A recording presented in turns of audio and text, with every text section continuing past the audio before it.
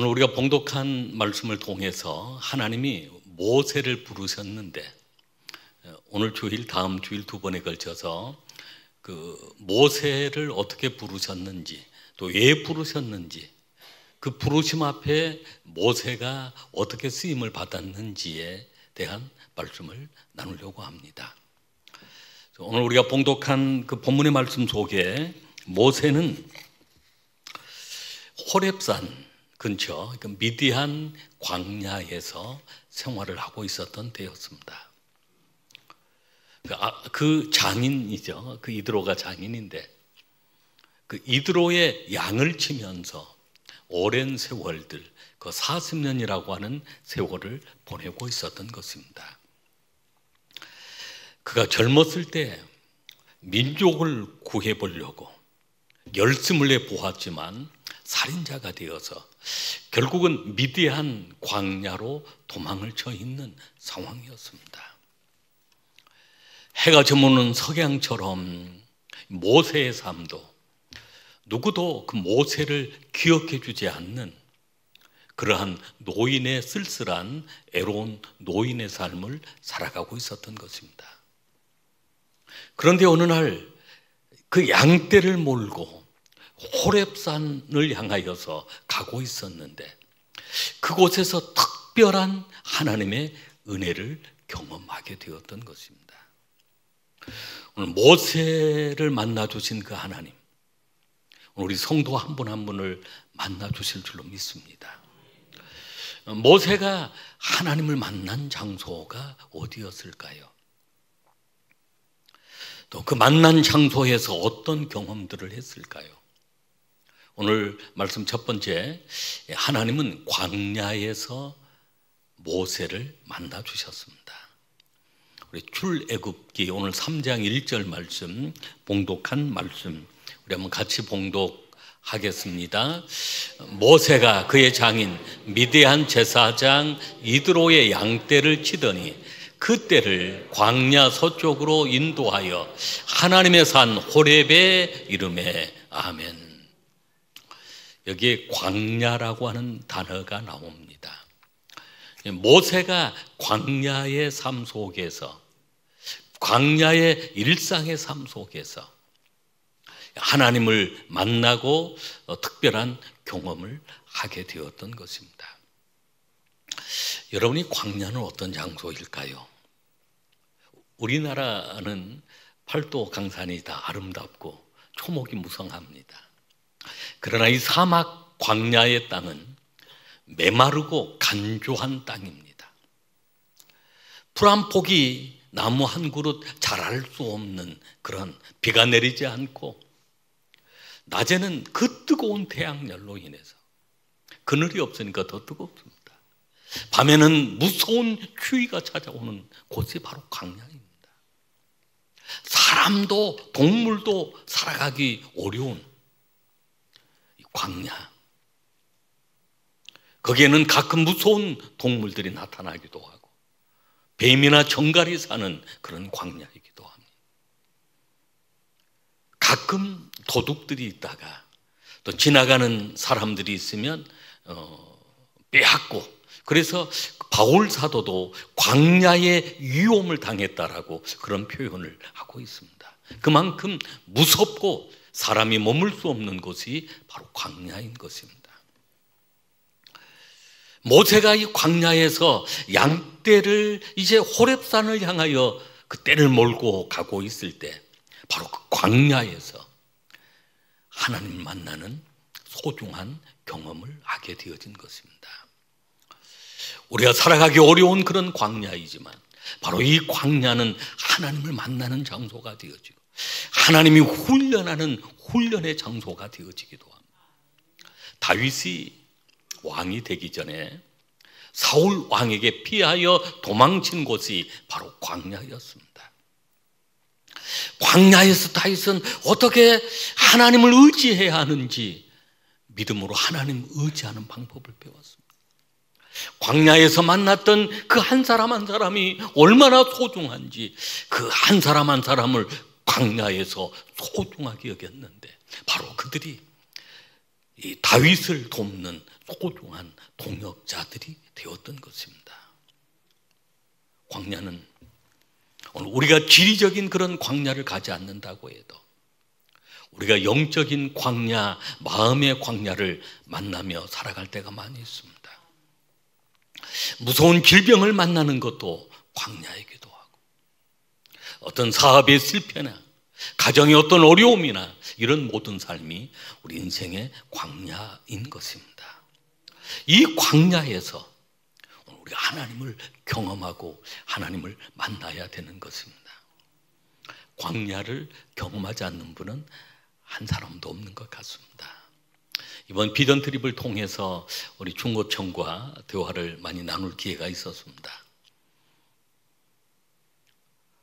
중고등부 학생들, 또 1청년부 청년들, 2청년부 청년들 개인적으로 대화를 나누면서 2청년부들 이렇게 대화를 나눠보니까 이제 결혼을 앞두고 있는 그런 청년들이기도 하고, 또 새로운 직장을 얻으려고 노력하는 그런 청년들인데, 한결같이 목사님, 제가 지금 광야에 머물러 있습니다. 너무 힘들고 어렵습니다. 그 청년들이 어떤 한 자매는 그런 얘기를 하더라고요. 직장 생활을 하는데, 간호사 생활을 하는데 출근을 해서 일을 시작하면 하루 종일 화장실 갈 시간도 없이 일을 해야 된다는 것입니다. 그게 그 삶의 현장이라는 것입니다. 직장이 어떻게 생각하면 광야 같은 그런 자리이기도 합니다. 새로운 직장을 얻으려고 또 준비하고, 1청년부 우리 청년들도 대화를 나누다 보니까 목사님, 제가 광야길을 걷고 있습니다. 새로운 직장을 얻어야 하고 진로 문제를 결정해야 되는데 아직 열려지지 않는 그 일로 인해 제가 광야에 머물러 있는 것 같습니다. 그런 얘기를 합니다. 고등부 학생들하고 대화를 해보니까 목사님, 제가 광야길을 걷고 너무 힘들어요. 공부하는 것도 힘들고 너무 그 무거운 짐이 있다는 것입니다. 제가 광야길, 중학생은 광야가 없는 줄 알았어요. 중학생도 목사님, 제가 지금 광야길을 걷고요. 모든 사람이 다 우리 인생의 삶이 그런 광야길을 걷는 그 순간들이 있는데, 이스라엘 백성들의 그 광야길은, 40년의 그 광야길은 하나님의 백성으로, 하나님의 자녀로 거듭나는 그런 과정이었습니다. 약속의 땅, 가나안 땅에 들어가 살 수 있는 새로운 변화된 삶을 위해 광야에서 훈련하셨던 것입니다. 여러분, 우리가 만나는 이 삶 속에, 광야 같은 이 삶 속에 질병의 광야를 만났다, 경제적인 어려운 광야를 만났다, 가정생활에 어떤 어려운 광야가 있든, 또 사람과의 관계 속에서의 광야가 있든, 여러분, 그 광야에서 광야를 빨리 탈출하는 방법은 하나님을 만나는 것입니다. 하나님을 경험하는 것입니다. 하나님께서 순종하는 것입니다. 모세가 이 광야에서 하나님을 경험하게 되었던 것입니다. 두 번째는, 모세는 그 광야에서 불꽃 가운데 임하신 하나님을 경험하게 되었습니다. 하나님은 꺼지지 않는 불 가운데 임재하신 것입니다. 우리 3장 2절 말씀을 같이 읽겠습니다. 여호와의 사자가 떨기나무 가운데로부터 나오는 불꽃 안에서 그에게 나타나시니라. 그가 보니 떨기나무에 불이 붙었으나 그 떨기나무가 사라지지 아니하는지라. 아멘. 여호와의 사자가, 하나님이 떨기나무 불꽃 가운데로부터 나오는 그 불꽃 안에서, 그 불꽃 안에서 그에게 나타났습니다. 떨기나무에 불이 붙었지만은 그 떨기나무가 사라지지 아니한 것입니다. 여러분, 그 사막에, 그 뜨거운 그 사막에 말라있는 그 떨기나무에 불이 붙었다면 금방 타버리고 말 것입니다. 그런데 그 불꽃을 통해서 모세를 주목하게 만들고 모세가 그 불을 향하도록 한 것입니다. 그 불꽃 가운데 나타나신 하나님이신 것입니다. 여러분, 우리도 오늘 우리 안에도 꺼지지 않는 하나님의 늘 불길이 함께한 것입니다. 이 불은 성령의 불인 것입니다.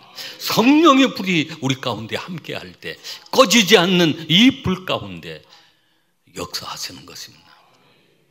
영국의 일리엄 부스라고 하는 구세군 창시자입니다. 그분은 본래 목사님이 아니셨습니다. 가난한 노동자였습니다. 신실한 믿음 생활을 했던 노동자였는데 어느 날 전도를 하게 되었습니다.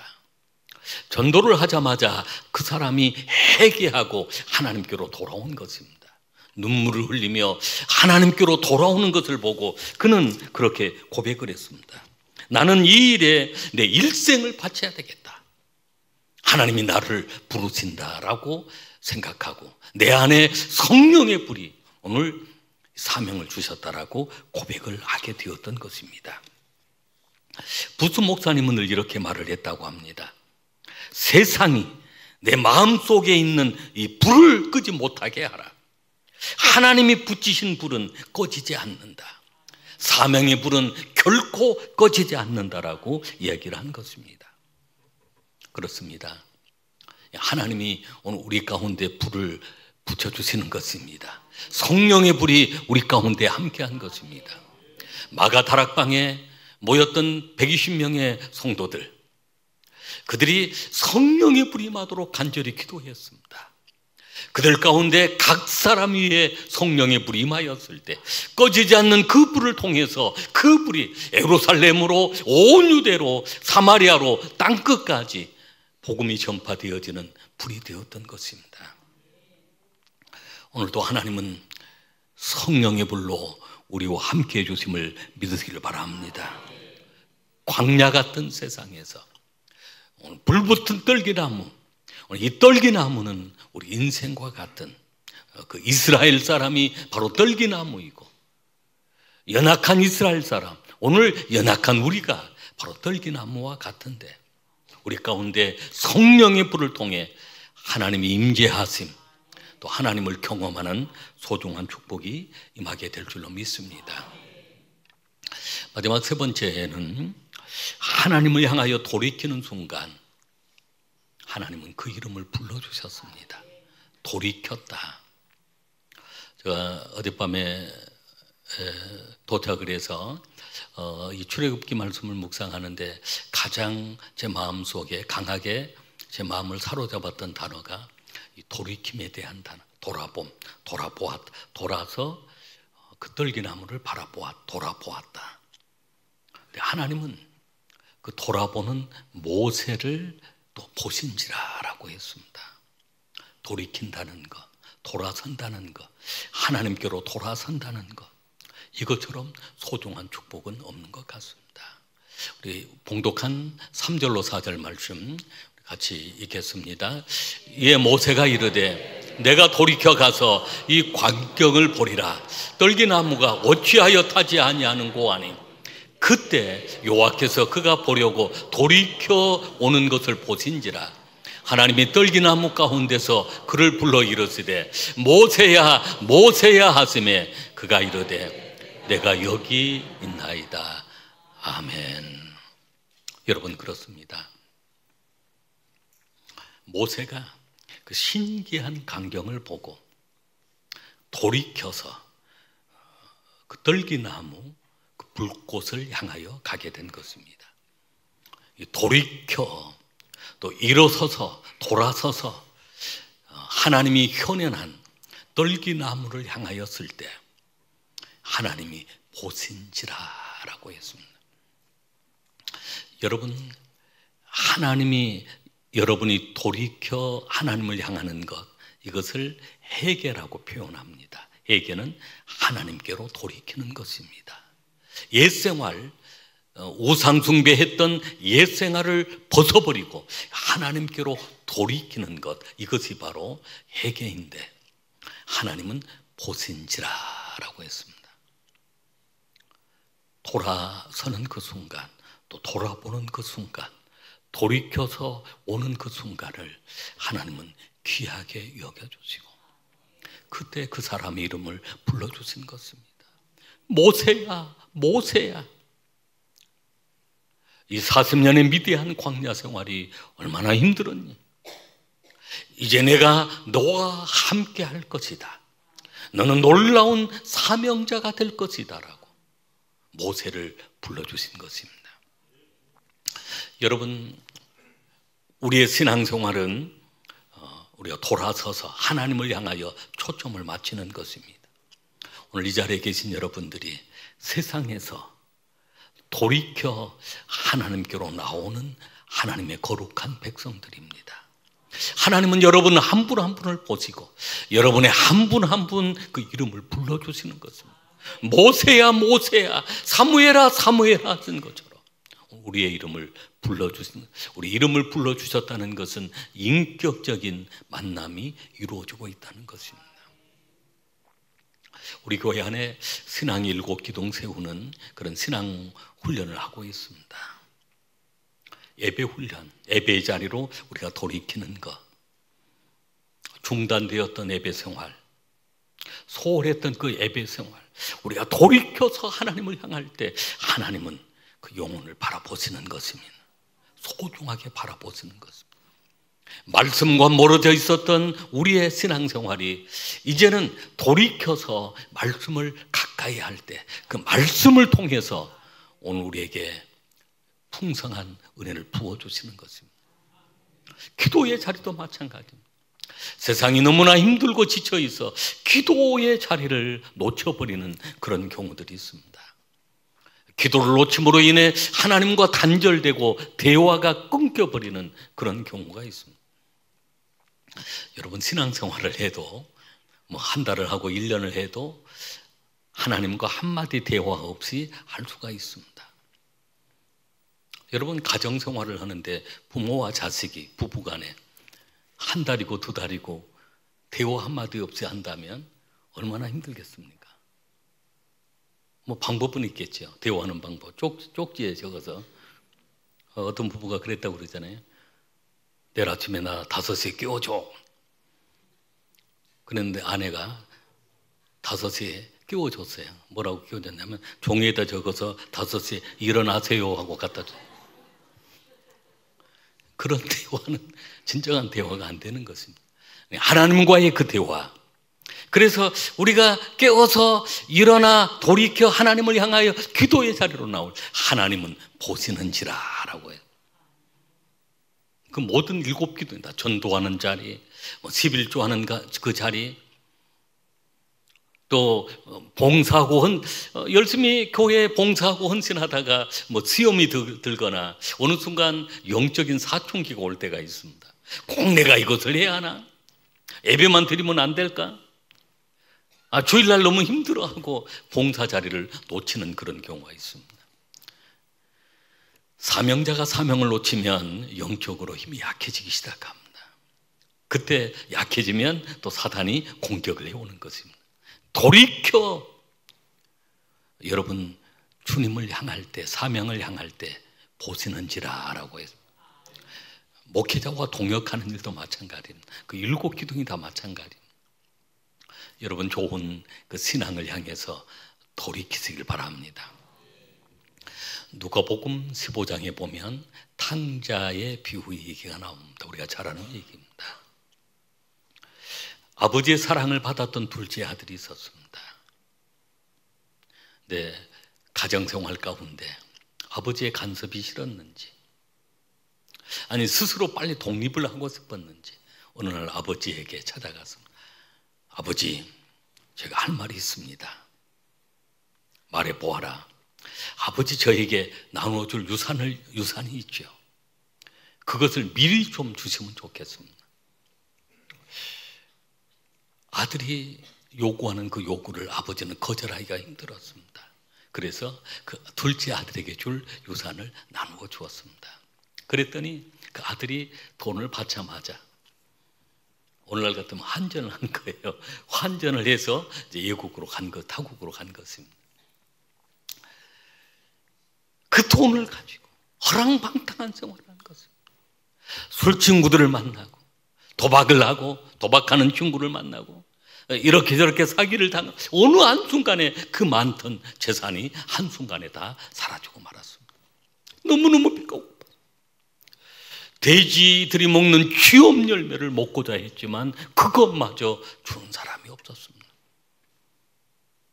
그때 당자는 아버지 집을 생각한 것입니다. 내 아버지 집에는 풍족한 일꾼도 많은데 내가 여기서 굶어 죽는구나. 돌이켜 일어나 아버지 집으로 돌아가야지. 그 아버지 집으로 돌아가. 멀리 아들이 오는 그 광경을 보았던 아버지는 달려나가서 그 아들의 목을 껴안고 울면서 그 아들을 반겨줍니다. 거기는 한마디 책망도 없습니다.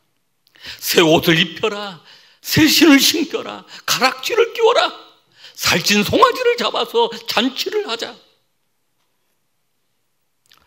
돌이켜오는 그 순간을 그 아버지는 보신 것입니다. 누가복음 15장 17절 말씀을 우리 한번 같이 읽겠습니다. 예, 스스로 돌이켜 이르되 내 아버지에게는 양식이 풍족한 품꾼이 얼마나 많은가. 나는 여기서 줄여 죽는구나. 20절 말씀도 같이 읽겠습니다. 예, 일어나서 아버지께로 돌아가니라. 아직도 거리가 먼데 아버지가 그를 보고 측은히 여겨 달려가 목을 안고 입을 맞추니 아멘. 17절에 돌이켜 돌아가니라 라고 했습니다. 그때 그 아버지의 사랑을 경험할 수가 있었던 것입니다. 그렇습니다. 우리가 돌이키는 것, 돌아보는 것. 모세가 그 불을 보자 돌이켰다라고 했습니다. 그 돌이켜 그곳을 향하였습니다. 당자가 돌이켜 돌아가니라라고 했습니다. 여러분, 우리의 신앙은 우리가 돌아봄, 돌이키는 것, 돌아가는 것, 세상을 향하였던 그 길을 이제 하나님을 향하여 돌아가는 것.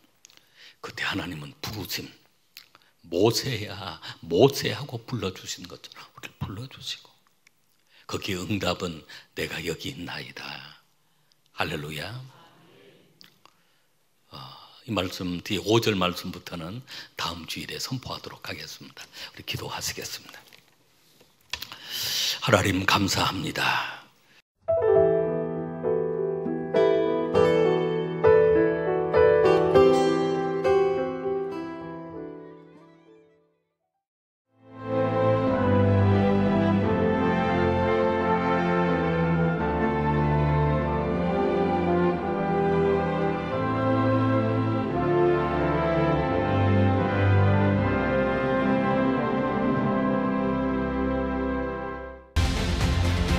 대한민국에는 아주 오래된 길이 있습니다. 8,000년의 시간 속에 다듬고 보듬으며 지켜낸 생명의 길, 순천 갯발. 1000년의 가치를 담아 오롯이 간직해온 치유의 길, 순천 서남사. 그 길 위에서 펼쳐지는 수많은 삶의 이야기들. 세계 속에서 빛나는 그 귀한 가치를 더 나은 내일로 이어가는 시간. 2025 순천 세계유산 축전.